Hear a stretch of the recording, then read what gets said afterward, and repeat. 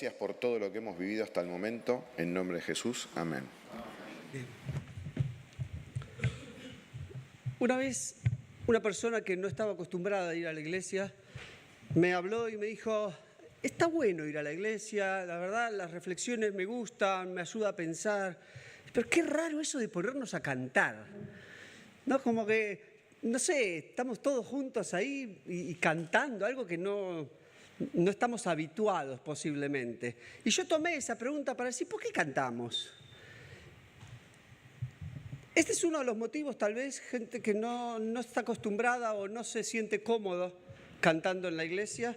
Por eso algunos llegan directamente a la hora del mensaje, pero no lo voy a decir. Pero porque tal vez no le encontramos el valor a ese momento en que como iglesia nos ponemos a cantar. Después dije, bueno, pero en realidad la sociedad sí estamos. En realidad uno dice, no, es algo raro, pero no es tan raro. Como sociedad tenemos, y como cultura, ciertas costumbres de cantar en algunos momentos específicos. ¿Se escucha bien de allá al fondo? Ah, soy yo entonces, tengo algo que no escucho bien. Por ejemplo, en esta época de actos escolares y cierres y demás, llega un momento que nos ponemos a cantar el himno nacional argentino, ¿sí? Y nadie se cuestiona, bueno, algunos no cantan, pero en general no se cuestiona al momento de cantar, sí, cantamos. Y ese cántico tiene un propósito muy importante, porque a través de cantar ese himno, de alguna forma reafirmamos nuestra identidad, nos conectamos, nos unimos en un propósito común. Ese cántico nos une. Hay otros momentos que también como sociedad estamos acostumbrados a cantar. Hay gente que va más de 2 horas todos los fines de semana a una cancha de fútbol y canta. Y se la pasa cantando y se quedan sin voz de tanto cantar y cantan. Y ese cántico también tiene un factor de unirse con un propósito, con algo especial que genera ese cántico. También, a ver si sale esto, no estoy seguro si va a salir, pero ¿qué harían si yo les dijera que hoy es, por ejemplo, el cumpleaños de mi amada esposa? ¿A alguien se le ocurriría hacer algo? Sí. ¿Qué harían? No sé. Que se pare, dice, no sé.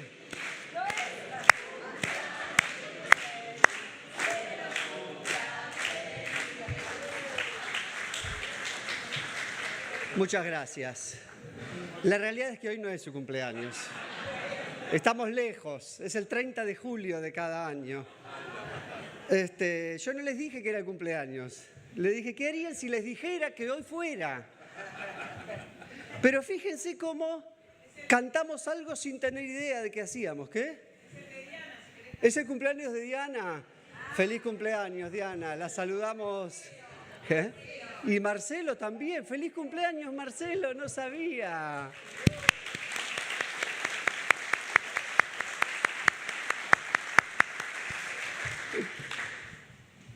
Lo mismo ocurre con la adoración en la iglesia. A veces podemos cantar algo, pero que no tiene nada que ver con la realidad y no entendemos el sentido y simplemente lo cantamos. Pero el cántico tiene poder si realmente lo vivimos y lo entendemos y sabemos qué está provocando, para qué estamos cantando, cuál es el sentido de lo que cantamos. Me gusta una frase que dice: el poder de la adoración no está en el acto de cantar, sino en la verdad que proclama tu cántico. ¿Sí? No es que los cristianos cantamos porque nos gusta cantar necesariamente, a algunos les gusta, a otros no. No es que cantamos porque cantemos bien tampoco, algunos sí, otros no. Pero lo que cantamos es porque la verdad que proclamamos es tan fuerte y tan profunda que nos sale encontrarnos y celebrar con un cántico en común. Eso es lo que está transmitiendo hoy Zacarías en el capítulo 1 de Lucas. Este texto que leímos recién se llama el Benedictus, porque esa es la palabra en latín que comienza la frase, ¿no? Y es una forma en que Zacarías nos cuenta por qué canta, por qué bendice al Señor. Así que nos vamos a meter un poquito en esto de por qué cantamos o por qué cantó Zacarías y por qué nos invita a nosotros a cantar también. En la Biblia hay todo un libro dedicado a cánticos. ¿Por qué será? Y bueno, porque el cántico nos une bajo un mismo propósito, bajo una misma invitación a expresar de distintas maneras lo que creemos y lo que esa fe impacta en nuestra vida y en nuestra comunidad. Así que un poco el propósito y el propósito de esta reflexión de hoy es promover la alabanza de gratitud a Dios y también el compartir la fe con alegría. ¿Qué pasó con Zacarías? Metámonos en la vida de este hombre. Lucas nos cuenta, Zacarías fue el padre de Juan el Bautista. Dice el versículo 6 que era sacerdote recto e intachable. Y Lucas toma este cántico de Zacarías para enseñarnos a nosotros también a unirnos a él en cantarle a nuestro Dios. Dice el versículo 8, un día en que Zacarías, por haber llegado el turno de su grupo, oficiaba como sacerdote delante de Dios, le tocó en suerte, según la costumbre del sacerdocio, entrar en el santuario del Señor para quemar incienso. Un sacerdote judío, ¿verdad? Entonces, le había tocado ministrar. Así que ese era el contexto en el que estaba Zacarías. Y ahí se le aparece un ángel en la historia de la Navidad. Versículo 13 y 14 dice, el ángel le dijo, no tengas miedo, Zacarías, pues ha sido escuchada tu oración. Tu esposa Elizabeth te dará un hijo y le pondrás por nombre Juan. Tendrás gozo y alegría y muchos se regocijarán por su nacimiento.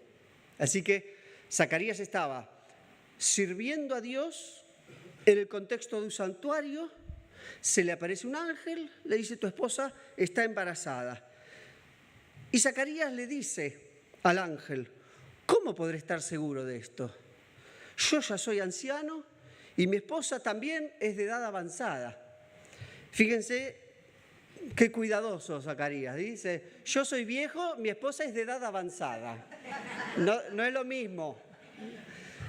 Eso para que aprendamos los esposos. Y el ángel le dice, yo soy Gabriel y estoy a las órdenes de Dios. He sido enviado para hablar contigo y para darte estas buenas noticias.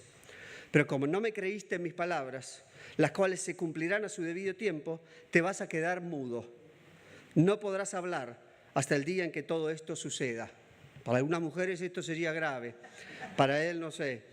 Pero fíjense, el contexto que Lucas cuenta es muy interesante. Porque dice, este es un hombre fiel, entregado a Dios, consagrado, está en el acto de servir a Dios, lo que hoy diríamos estaba en un acto de adoración. Se aparece ángel, le dice, y él no le cree. O sea que lo que estabas proclamando no lo crees, te vas mudo. Eso es lo que nos pasa cuando cantamos adoración y no entendemos lo que decimos. Nos podemos quedar mudos. Pero fíjense cómo Lucas lo cuenta de una secuencia que después nos sorprende y cómo cambia. Porque esa incongruencia de que Zacarías está cantando algo pero no le cree a Dios, se queda mudo, pasa lo que Dios prometió. Elizabeth tiene a su hijo, a Juan el Bautista, y cuando nace su hijo, lo llevan al templo para circuncidarlo, y le preguntan a Elizabeth, porque él estaba mudo, le dice, ¿cómo se va a llamar? Y Elizabeth le dice, se va a llamar Juan. Y le dice, no, nadie en tu familia se llama Juan, ¿por qué le pones ese nombre? Entonces le preguntan a Zacarías, que no podía hablar. Y dice, versículos 63-64, Zacarías pidió una tablilla en la que escribió, su nombre es Juan. Y todos quedaron asombrados. Al instante se le desató la lengua, recuperó el habla y comenzó a alabar a Dios. ¿Por qué Lucas es tan específico en la historia que precede al cántico de Zacarías? Acá hay algo muy interesante. De vuelta a la incongruencia. Zacarías, un hombre que adoraba a Dios y estaba en el mismo acto de adorar, pero no creía en lo que estaba haciendo. Cuando mostró obediencia, que ahora sí creía en lo que Dios le había dicho, ahí recupera el habla. Y cuando recupera el habla, parece que Lucas dice, ahora sí, estemos atentos porque nos va a enseñar algo importante. Y viene el Benedictus, que nos va a decir ahora por qué Zacarías adora a Dios y cómo nos invita a nosotros también a unirnos en esa adoración. Vamos a tratar de hacer lo que se llama una reflexión expositiva, es de alguna forma ir versículo por versículo o en secciones la forma en que Zacarías nos enseña. Dice versículo 68, que es el primero que leímos aquí en la lectura anterior, Bendito sea el Señor. Y por eso cantamos también la canción anterior, no te bendeciré, bendito sea el nombre del Señor.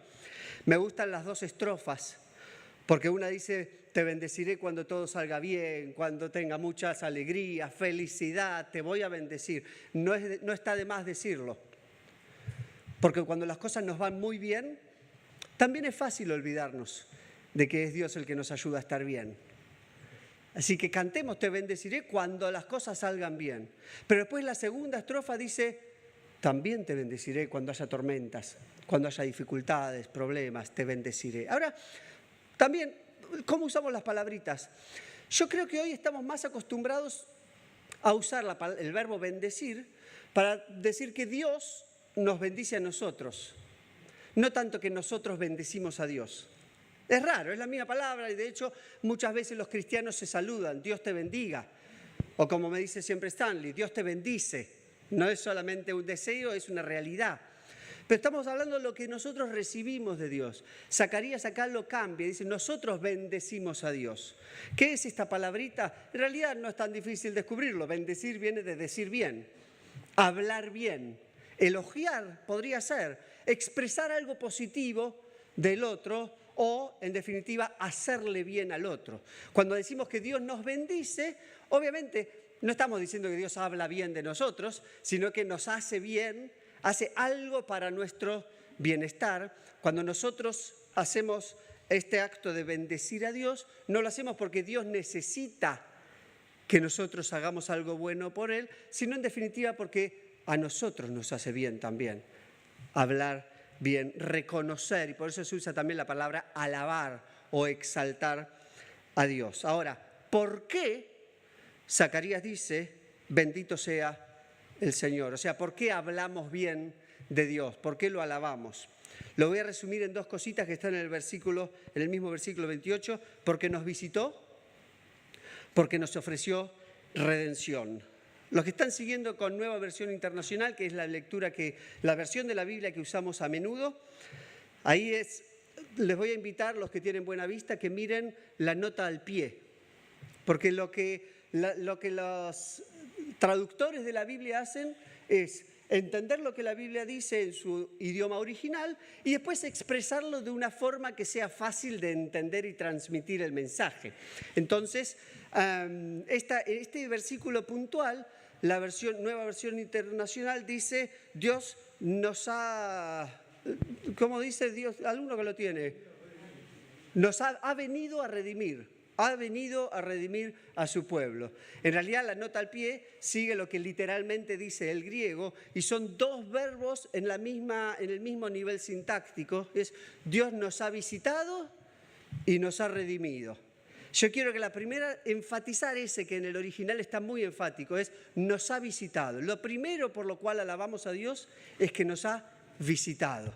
No es menor que Dios haya decidido acercarse a nosotros. La mayoría de las religiones nos plantea una invitación a la inversa. Vos, si querés estar bien, acércate a Dios. Fíjate lo que podés mejorar en tu vida para que Dios te acepte. Fíjate cómo podés acomodarte y ser una buena persona y entonces de alguna forma esperar que la divinidad se digne a contemplarte. Casi como tenemos que estar tocando la puerta y decir, por favor, recibinos, ¿qué tengo que hacer para conseguir que me recibas? El Evangelio es radicalmente opuesto. Dice, Dios viene a tocar nuestra puerta.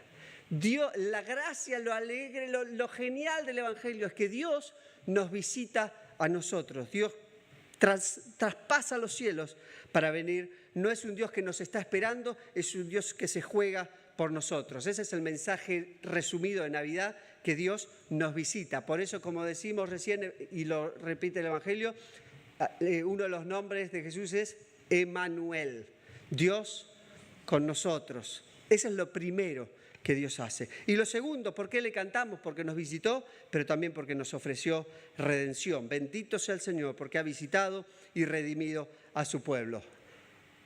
Esta es una palabra teológica, la redención, que tiene un contexto de cómo se usaba esa palabra y cómo se la usa en el mensaje del Evangelio también. La redención o redimir algo es como recuperar la libertad de algo que ha sido empeñado. Se usa, por ejemplo, para los esclavos. Cuando una persona tiene que caer en esclavitud por deudas o por distintos motivos, puede vender su libertad a un amo y luego, si puede ahorrar dinero o si un tercero viene y paga por la libertad del esclavo, lo redime, como que le compra de vuelta la libertad. En nuestro contexto podemos aplicar el mismo mensaje a algo que uno va a una casa de empeños y dice, mira, necesito plata, te dejo este reloj de oro del abuelo, dame plata.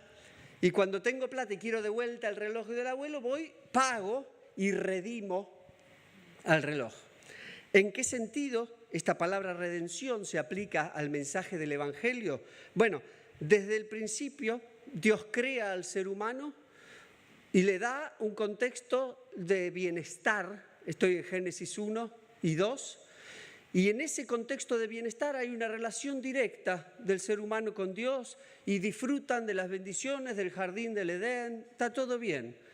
Hasta que en un momento Adán y Eva caen, este es el mensaje central del Génesis, caen en pecado, rompen esa relación con Dios, pierden el bienestar y empieza toda una nueva etapa en que la relación con Dios está lastimada, quebrantada. Los profetas anuncian al pueblo la importancia de recuperar esa reconciliación, no se logra y en el Evangelio Dios dice, me voy a ocupar yo. Y Jesús viene y mediante su cruz paga para que el ser humano pueda tener la oportunidad de reencontrarse con Dios nuevamente y restaurar ese bienestar original. Esa es la redención que Cristo ha logrado con cada uno de los que aceptamos seguir su camino. Tal vez algún escéptico, agnóstico, ateo se pregunte, bueno, pero eso a mí no me interesa, porque en realidad yo no me considero, no me siento culpable, no me siento perdido, no necesito que nadie venga a rescatarme si no estoy perdido. ¿Para qué me van a rescatar si no estoy perdido? Ese es el mensaje, o no me siento perdido. Bueno, ahí a mí me gusta usar una ilustración de para qué vamos a los médicos. Porque uno podría decir, ¿cuándo vamos al médico? Bueno, cuando me enfermo. Cuando me enfermo significa que en realidad ya tengo suficientes síntomas, dolores o malestares que me hacen reconocer que tengo un problema en mi cuerpo, entonces me muevo para ir al médico.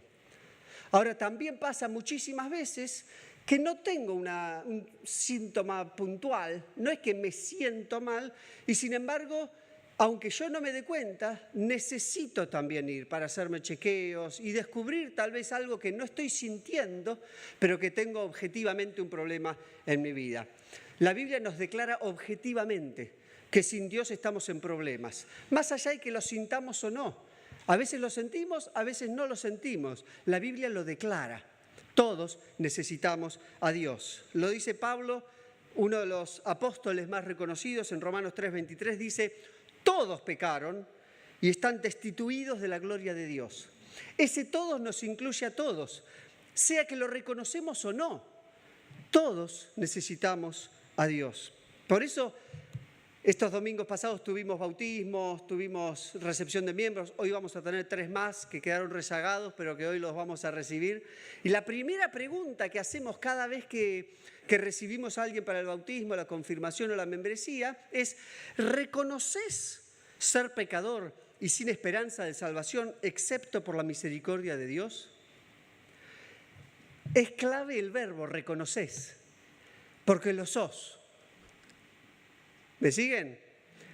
Yo podría declararlo cada vez que viene alguien y yo decirlo por mí mismo, soy pecador y no tengo esperanza de salvación, excepto por la misericordia de Dios. La clave no es ser o no ser, es reconocerlo. Y si lo reconoces, estamos listos para el segundo paso, que es aceptar que Jesús viene a rescatarnos y a reconciliarnos con Él. Si no lo acepto, entonces no tiene sentido buscar la reconciliación, porque si no estoy peleado. El primer paso es reconocerlo. La redención es la invitación de Dios a restaurar nuestra identidad y reconciliarnos con Él. Así que ahí resumí o amplié el primer versículo de este texto.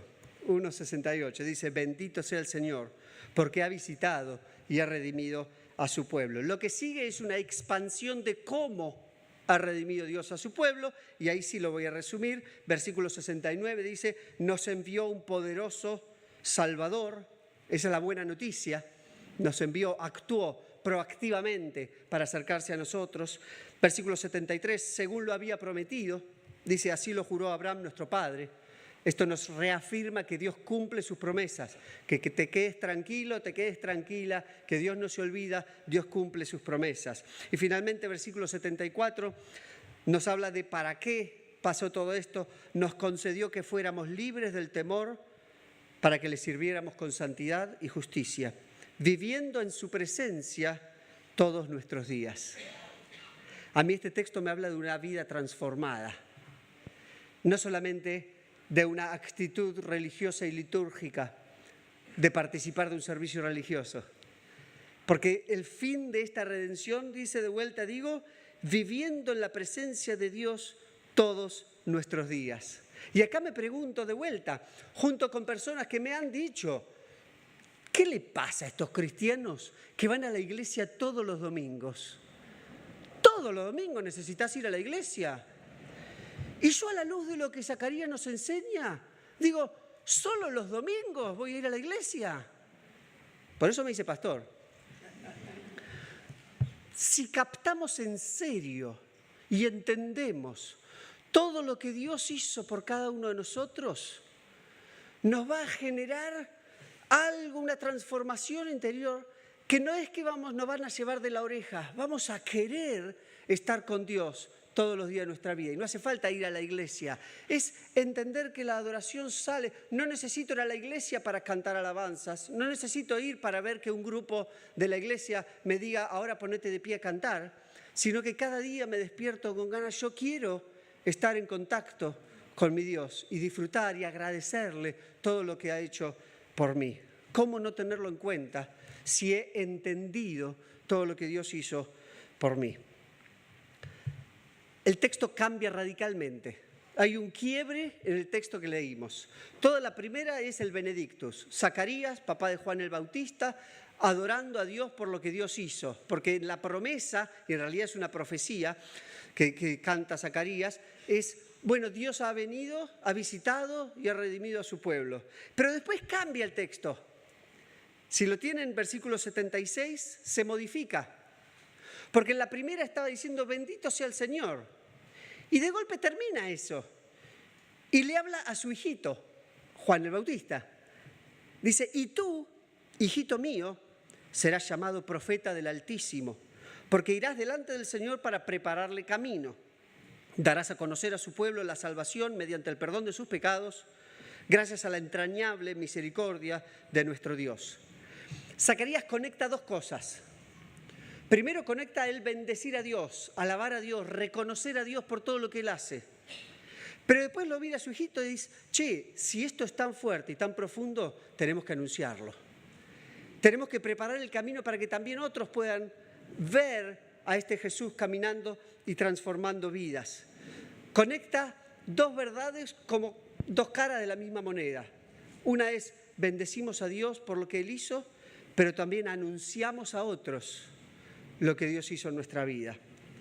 Algo parecido hace el pueblo de Israel en 1 Crónicas 16, 8 al 9. Dice, alaben al Señor, proclamen su nombre, testifiquen de sus proezas entre sus pueblos. Las dos cosas. Cántenle salmos, hablen de sus maravillosas obras.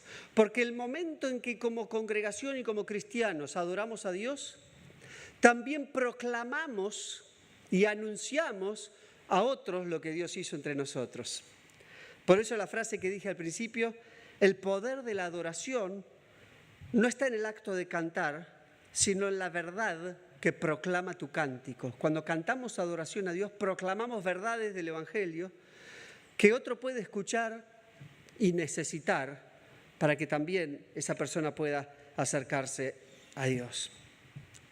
¿Para qué proclamamos esto? Versículo 79, y me acerco al final del Adviento, para dar luz a los que viven en tinieblas, en la más terrible oscuridad. y 2, para guiar nuestros pasos por la senda de la paz. Voy a conectar este último trayecto del Evangelio de Lucas en el Cántico de Zacarías con este domingo de paz del Adviento.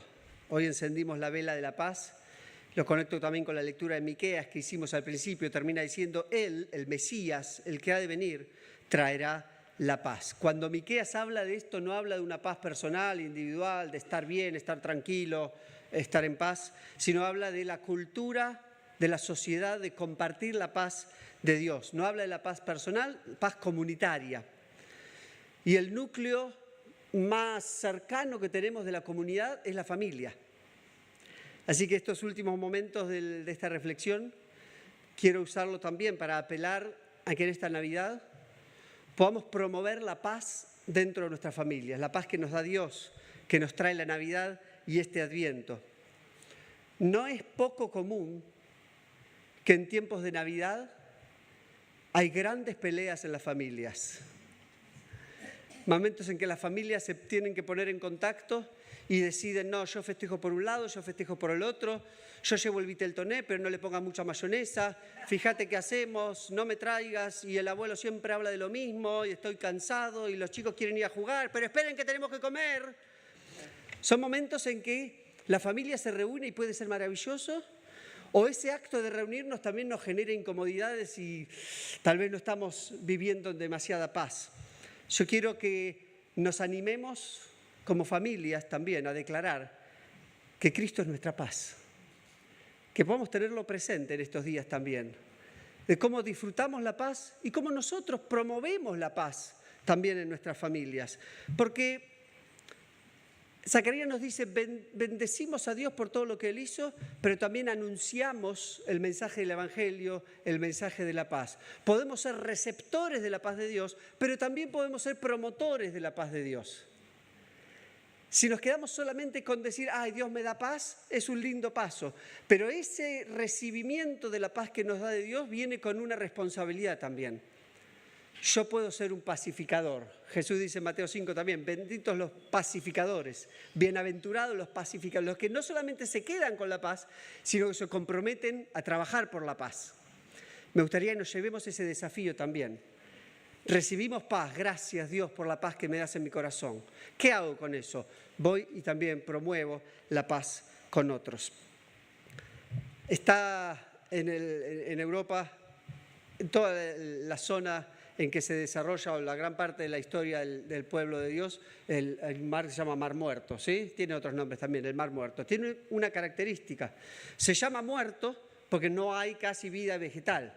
No hay vida vegetal porque es el mar con la mayor concentración salina del mundo. Es un mar que recibe lluvias.